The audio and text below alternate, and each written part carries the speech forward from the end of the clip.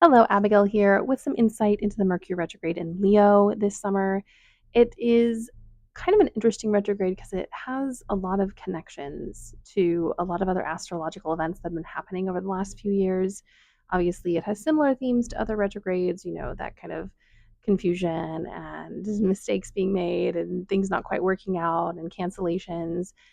Specifically, look at where Leo is in your natal chart to kind of get more insight onto what kinds of, you know, disconnections and, physical disturbances are going to happen. If it's in your sixth house, it might be related to work or your day to day or your routine. If it's in the second, it might have a lot to do with really personal things, and so on and so forth. So definitely look at where this is because the story isn't just this summer, it's the last 2 summers as well because it kind of pulls in the Venus retrograde in Leo, and then last summer we had a Leo retrograde, Mercury retrograde as well because retrogrades tend to work in elements. So we're currently in the fire element cycle, and we're going to be moving into a different element next time around. So buckle up for that. But um, this one is really the wrapping up and a bit of a period in a lot of the astrology of the last 3 years when it comes to what's been going on in Leo.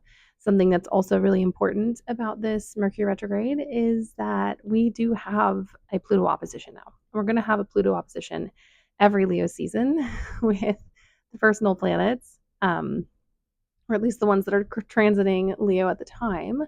Um, for like 2043 is when Pluto moves into a new sign. So just that's also a big influence on this Mercury retrograde. It doesn't, it's not within the like exact degree of that opposition, but the degree before is that opposition.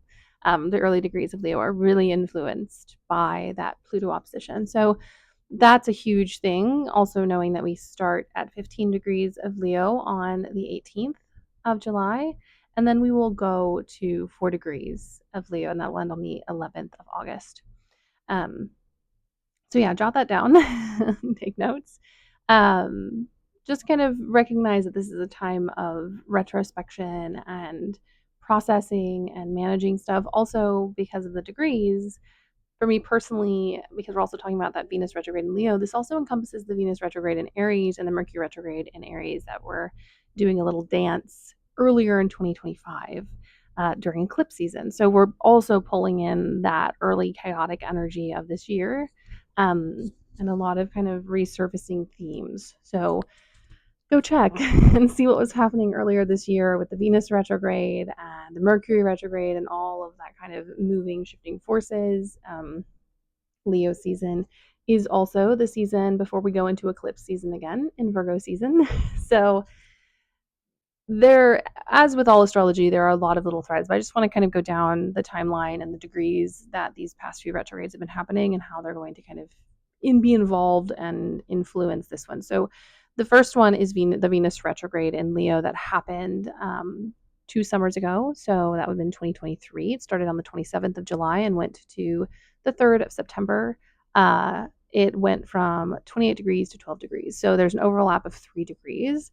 It means that the end of this retrograde is going to be really pulling in a lot of the past few summers.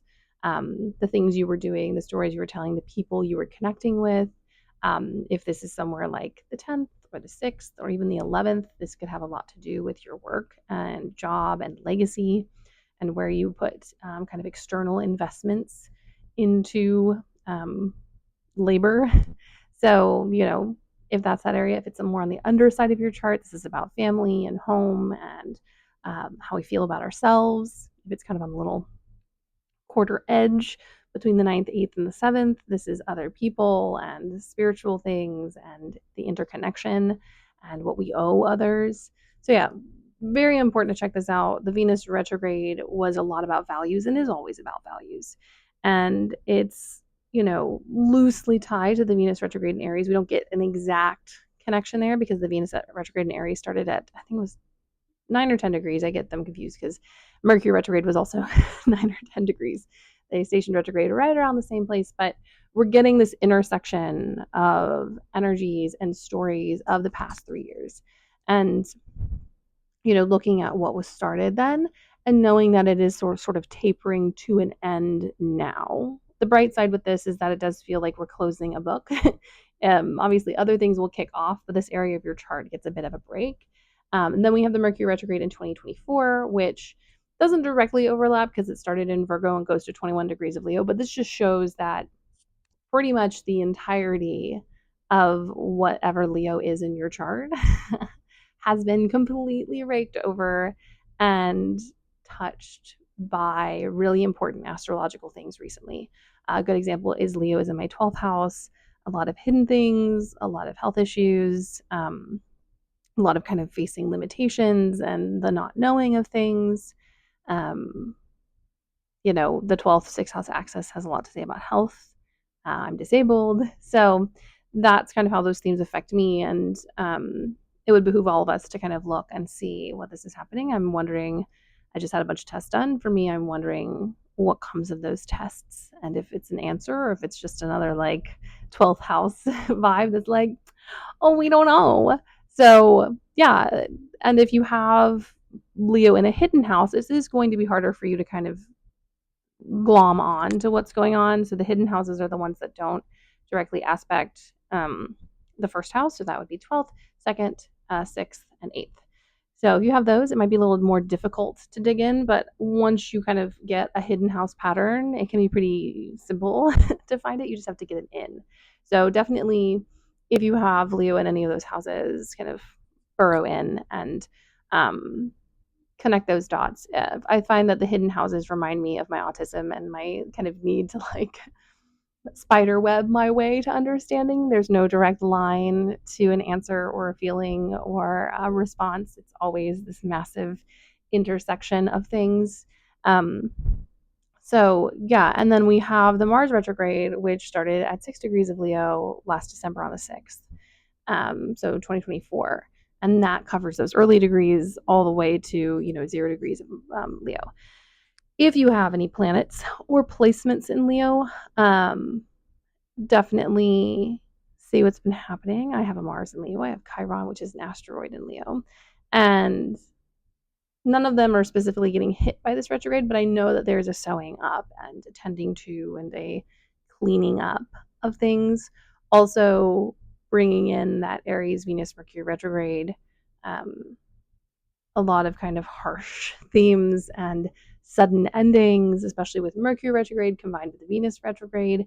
And it goes in trine with 4 to 10 to 9 degrees of Leo, that aspect of free flowing energy, which probably did a lot of clearing and cleansing, but it doesn't mean it was easy or simple or clear at the time. Kind of going into what I really think this Mercury retrograde is going to bring. The whole kind of story of these retrogrades in Leo have been like self actualization. This balance between the centering and the caring for of self and the integration of community and society and understanding our context as a very individualized, being in the greater scheme and how we play into the world at large. Leo also rules the heart, so it's a lot about the things that we care about and things that we invest our passion, our time, our energy in.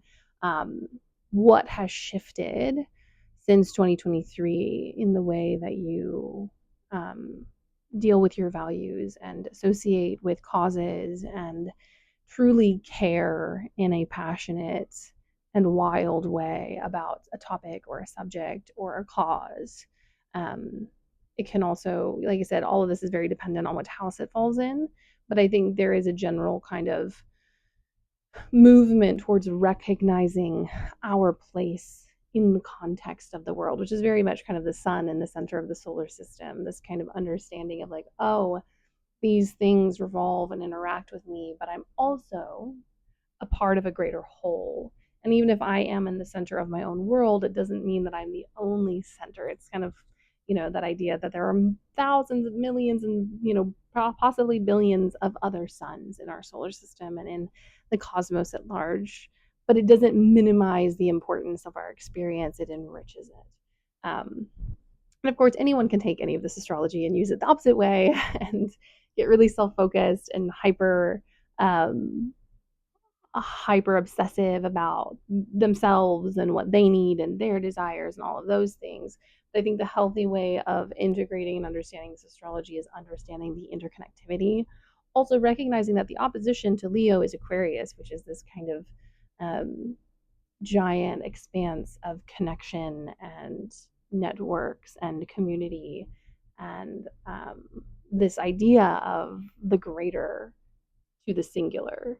Um, so yeah, it's really about causes, I think, really setting up what was happening. I find with Venus retrogrades, um, a lot of us experience, because the energy is so intense in a Venus retrograde, especially in a fire sign. I think a lot of us experience kind of a trickle or a kind of fade out effect where once the energy has dissipated a little, we're like, oh, these were the lessons of my experience.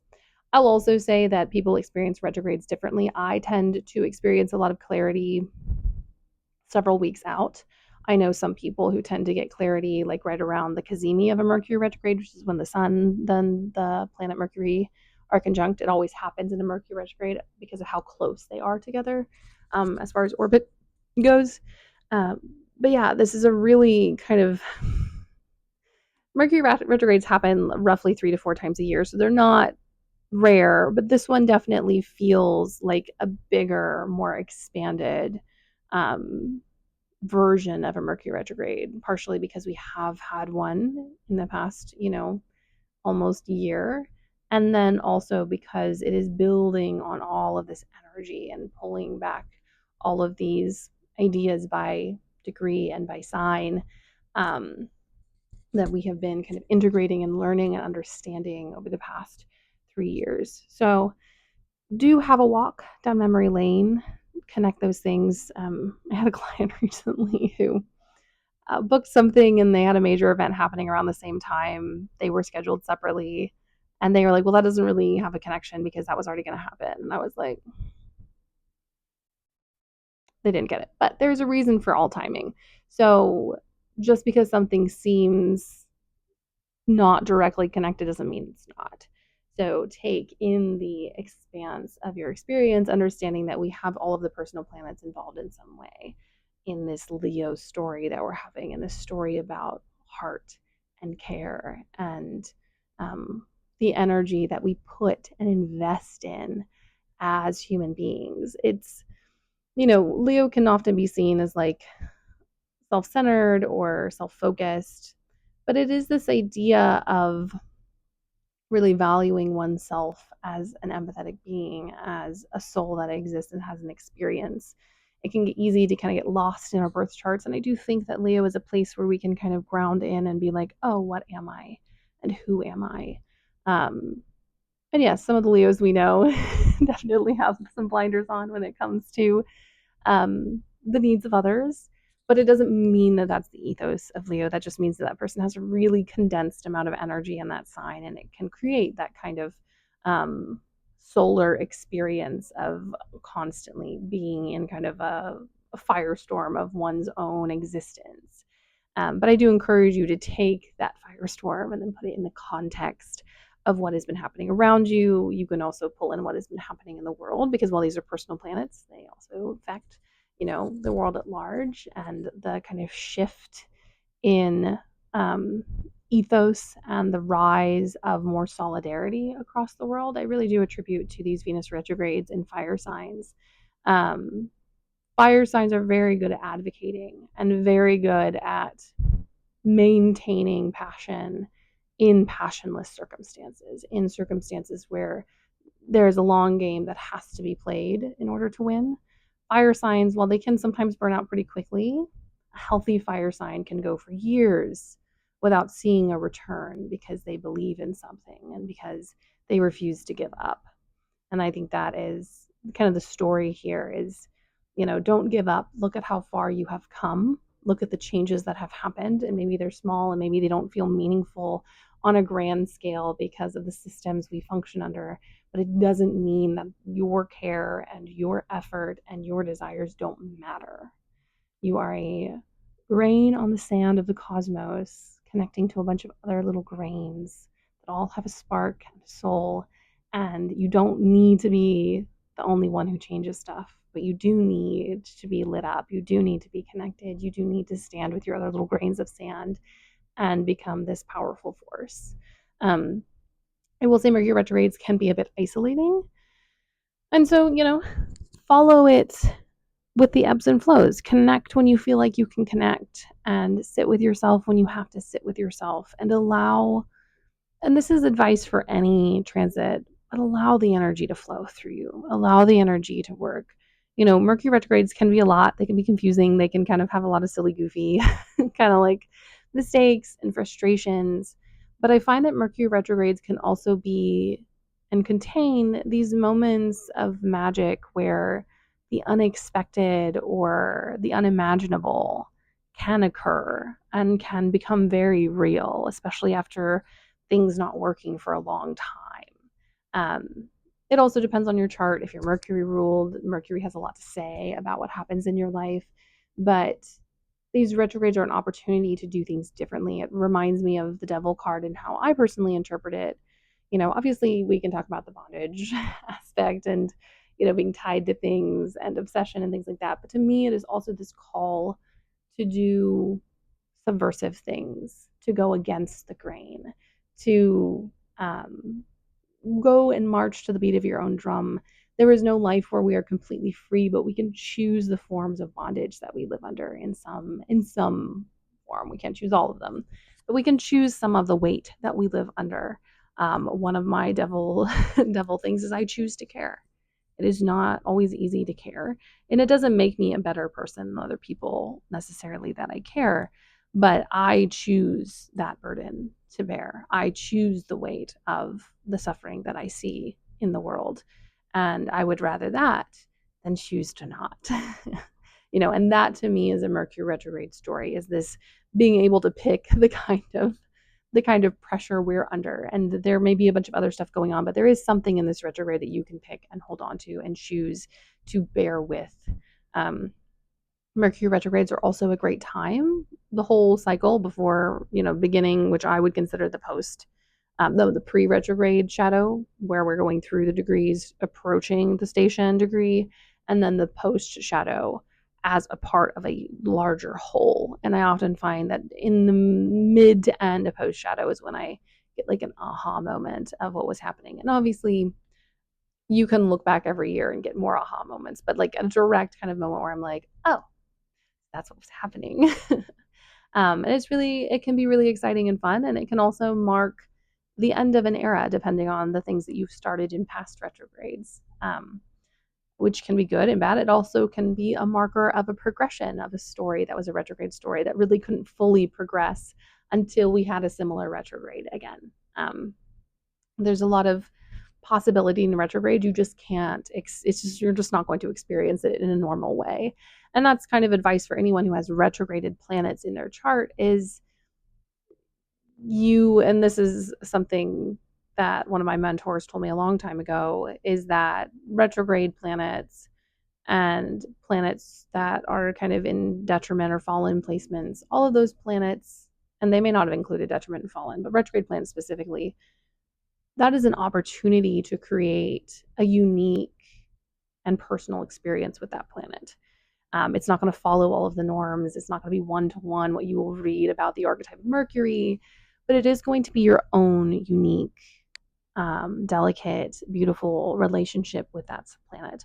And each retrograde, if you don't have it in your chart, each retrograde you can develop this higher understanding and this deeper knowledge of sorry, there's a little fly. I think I might be getting fungus flies again in my plants. Curse you. I had to get rid of them last summer, but they're back.